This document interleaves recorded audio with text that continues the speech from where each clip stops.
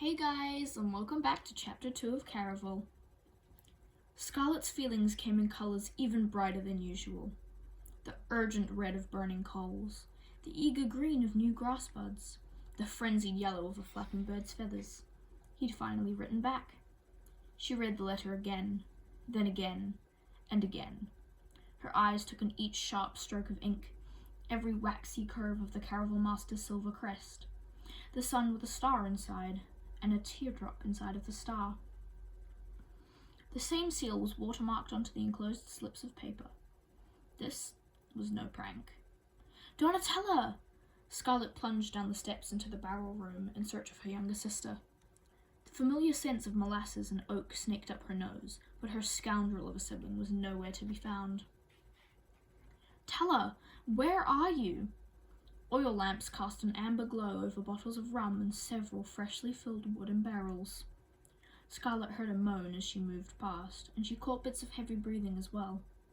After her latest battle with their father, Tella had probably drunk too much and now dozed somewhere on the floor. Donna!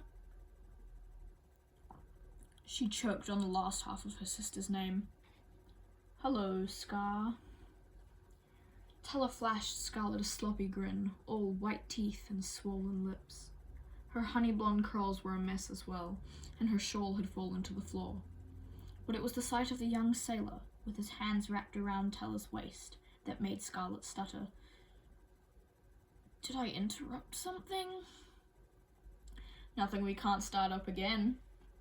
The sailor spoke with a lilting Southern Empire accent, far smoother sounding than the sharp Meridian Empire tongue Scarlet was accustomed to. Tella giggled, but at least she had the grace to blush a little. Scar, you know Julian, right? Lovely seeing you, Scarlet. Julian smiled, as cool and seductive as a slice of shade in the hot season. Scarlet knew the polite response would be something along the lines of, "Good to see you too." But all she could think about were his hands, still coiled around Tella's periwinkle skirts, playing with the tassels on her bustle, as if she were a parcel he couldn't wait to unwrap. Julian had only been on the Isle of Trista about a month. When he'd swaggered off his ship, tall and handsome, with golden brown skin, he'd drawn almost every woman's eye. Even Scarlet's head had turned briefly, but she'd known better than to look any longer. Tella, mind if I pull you away for a moment? Scarlet managed to nod politely at Julian, but the instant they'd woven through enough barrels to be out of his hearing, she said, "What are you doing?" Scar, you're getting married. I would think you'd be aware of what occurs between a man and a woman. Tella nudged her sister's shoulder playfully. That's not what I'm talking about. You know what will happen if Father catches you. Which is why I don't plan on getting caught. Please be serious, Scarlet said. I am being serious. If Father catches us, I'll just find a way to blame it on you. Tella gave a tart smile. But I don't think you came down here to talk about that. Her eyes dropped to the letter in Scarlet's hands. The hazy glow of a lantern caught the metallic edges of the paper, making them blaze a shimmery gold, the color of magic and wishes and promises of things to come. The address on the envelope lit up with equal luster. Miss Scarlet Dragna, care of the priest's confessional, Trista, conquered isles of the Meridian Empire. Tella's eyes sharpened as she took in the radiant script. Scarlet's sister had always liked beautiful things, like the young man still waiting for her behind the barrels. Often, if Scarlet lost one of her prettier possessions, she could find it tucked away in her younger sister's room. But Tella didn't reach out to take this note. Her hands remained at her sides, as if she wanted nothing to do with it. Is this another letter from the Count?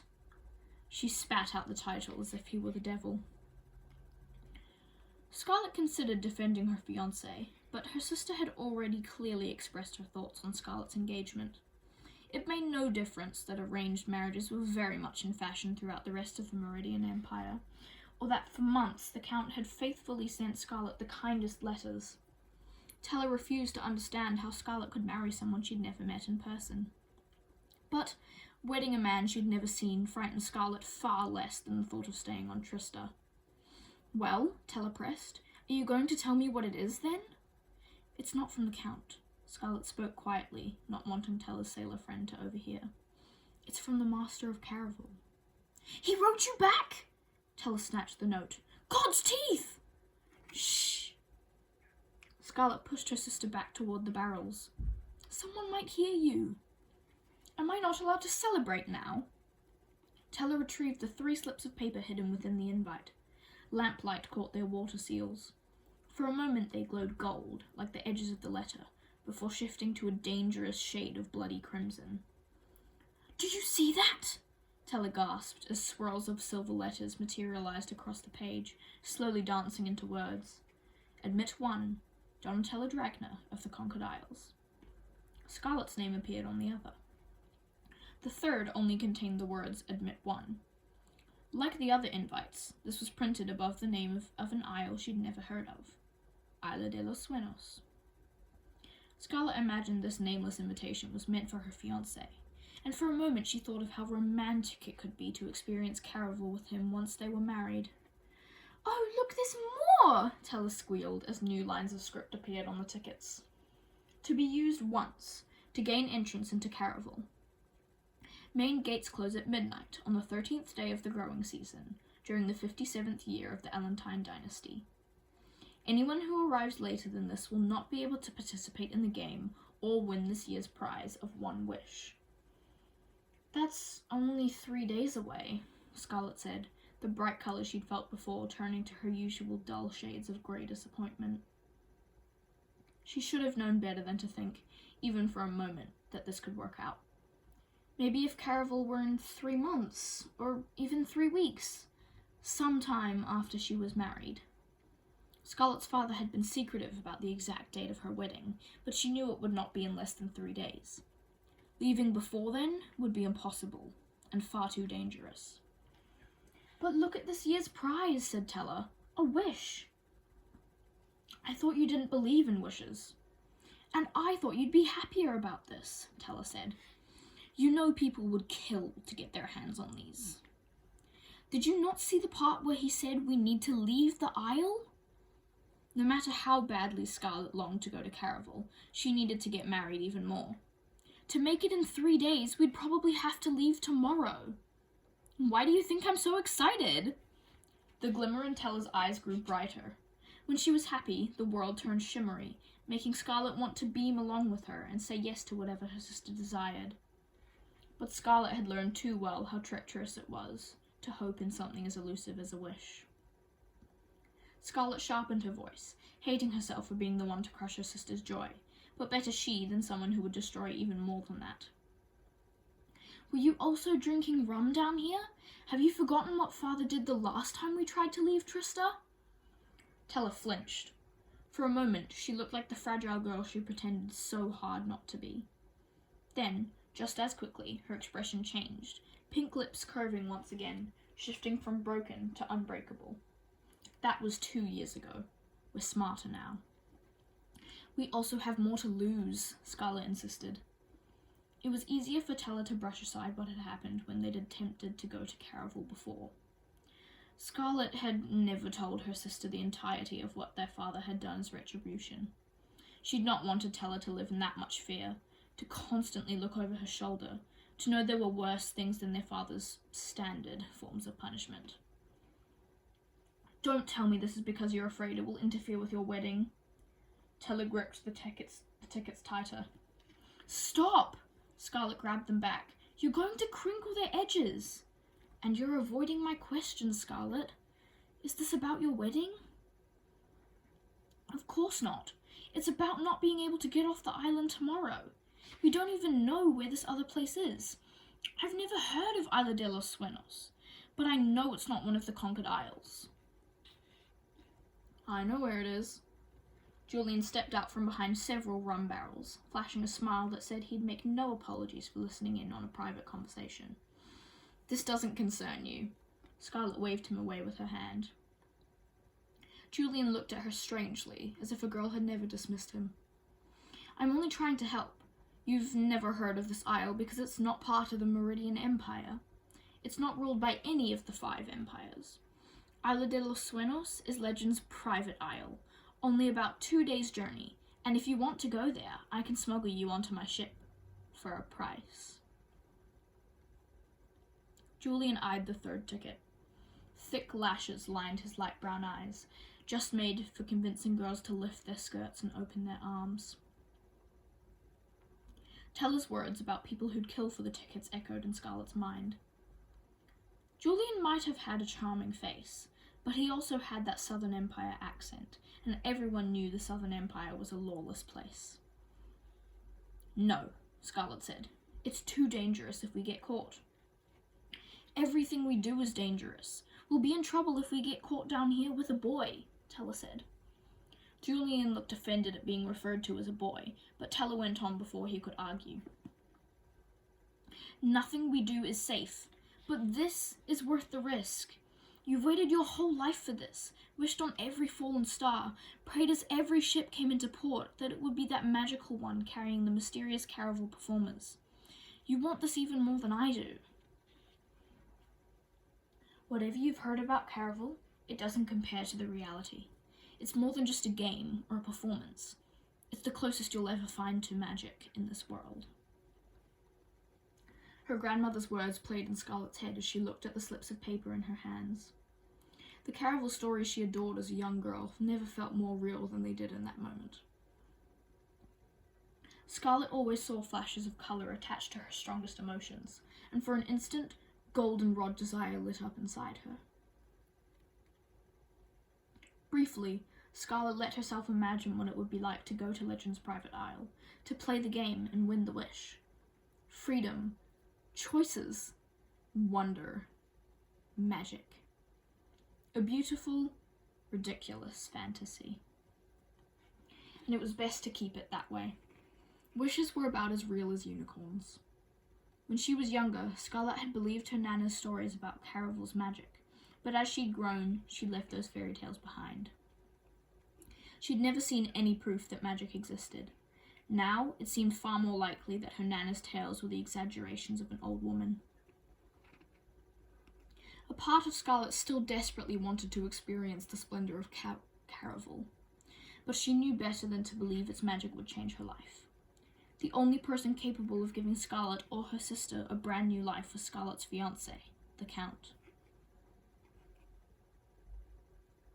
Now that they were no longer held up to the lamplight, the script on the tickets had vanished, and they looked almost ordinary again. Tell her we can't! It's too risky! If we try to leave the aisle... Scarlett broke off as the stairs to the barrel room creaked. The heavy tread of boots followed. At least 3 sets. Scarlett shot a panicked look at her sister. Tella cursed and quickly made a motion for Julian to hide.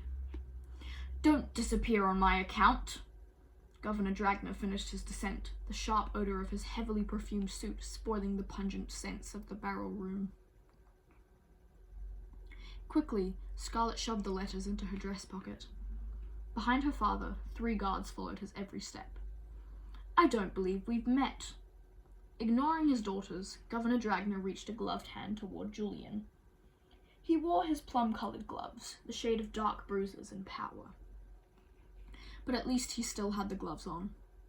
The picture of civility, Governor Dragner liked to dress impeccably, in a tailored black frock coat and striped purple waistcoat. He was in his mid-40s, but he'd not let his body turn to fat like other men. Keeping with the latest fashion, he kept his blonde hair tied back with a neat black bow, showing off his manicured eyebrows and dark blonde goatee. Julian was taller, yet the governor still managed to look down upon him. Scarlett could see her father appraising the sailor's patched brown coat and his loose breeches tucked into scuffed knee-high boots. It said much about Julian's confidence that he didn't hesitate before offering the governor his own ungloved hand. Good to meet you, sir. Julian Marrero. Governor Marcello Dragner. The men shook hands. Julian attempted to pull away, but the governor held on tight. Julian, you must not be from this isle. This time, Julian did hesitate. No, sir, I'm a sailor, first mate of El Bezo Dorado. So, you're only passing through, the governor smiled. We like sailors here. It helps our economy. People are willing to pay a lot to dock here, and they spend more money while they visit. Now, tell me, what did you think of my rum?" He waved his free hand around the barrel room. "I imagine that's what you were down here tasting?" When Julian didn't answer right away, the governor pressed harder. "Was it not to your liking?" "No, sir. Yes, sir," Julian corrected. "Everything I've tried is very good." "Including my daughters?" Scarlet tensed. "I can smell from your breath you weren't sipping any rum," said Governor Dragner. "And I know you weren't down here playing cards or saying prayers. So tell me, which of my daughters were you tasting?" "Oh, no, sir, you have it wrong." Julian shook his head, eyes widening as if he would never do something so dishonorable. "It was Scarlet," Teller broke in. "I came down here and caught them in the act." "No," Scarlet cursed her foolish sister. "Father, she's lying. It was Teller, not me. I'm the one who caught them." Teller's face blazed red. "Scarlet, don't lie. You'll only make this worse." "I'm not lying. Father, it was Teller. Do you think I'd really do something like this weeks before my wedding?" "Father, don't listen to her," Teller interrupted. "I heard her whispering about how she thought it would help with her nerves before the wedding." "That's another lie." "Enough!" The governor turned to Julian, whose brown hand was still firmly grasped in his perfumed plum glove. "My daughters have the bad habit of being dishonest, but I'm sure you'll be more forthcoming. Now, tell me, young man, which of my daughters were you down here with?" "I think there's been some sort of mistake." "I don't make mistakes." Governor Dragner cut him off. "I'll give you one more chance to tell me the truth. Or—" The governor's guards each took a step forward. Julian's eyes darted to Teller. With a sharp shake of her head, Teller mouthed the name Scarlet. Scarlet tried to grab Julian's attention, tried to tell him he was making a mistake, but she could see the resolve in the sailor's face even before he answered. It was Scarlet. Reckless boy. He no doubt believed he was doing Teller a favor when he was doing quite the opposite. The governor released Julian and removed his perfumed plum gloves. "I warned you about this," he said to Scarlet. "You know what happens when you disobey." "Father, please, it was only a very brief kiss." Scarlet tried to step in front of Teller, but a guard pulled Scarlet back toward the barrels, grabbing her roughly by the elbows and yanking them behind her as she fought to protect her sister. For it wasn't Scarlet who would be punished for this crime. Every time Scarlet or her sister disobeyed, Governor Dragner did something awful to the other as punishment. On his right hand, the governor wore 2 large rings, a square amethyst and a sharply pointed purple diamond. He twisted both of these around his fingers, then he pulled his hand back and struck Teller across the face. "Don't! I'm the one to blame!" Scarlet screamed, a mistake she knew better than to make. Her father struck Teller once more. "For lying," he said. The second blow was harder than the first, knocking Teller to her knees as streams of red poured down from her cheek. Satisfied, Governor Dragner stepped back. He wiped the blood from his hand on one of his guard's vests. Then he turned to Scarlet. Somehow he appeared taller than before, while Scarlet felt as if she had wilted in size. There was nothing her father could do that hurt her more than watching him hit her sister. "Don't disappoint me again." "I'm sorry, Father. I made a foolish mistake." It was the truest thing she'd said all morning. She might not have been the one Julian had tasted, but once again she had failed to protect her sister. "I won't repeat it." "I hope you mean that." The governor put his gloves back on, then reached into his frock coat and retrieved a folded letter. "I probably shouldn't give this to you, but maybe it will remind you of everything you have to lose. Your wedding will be 10 days from today, at the end of next week, on the 20th. If anything gets in the way of it, more than your sister's face will bleed."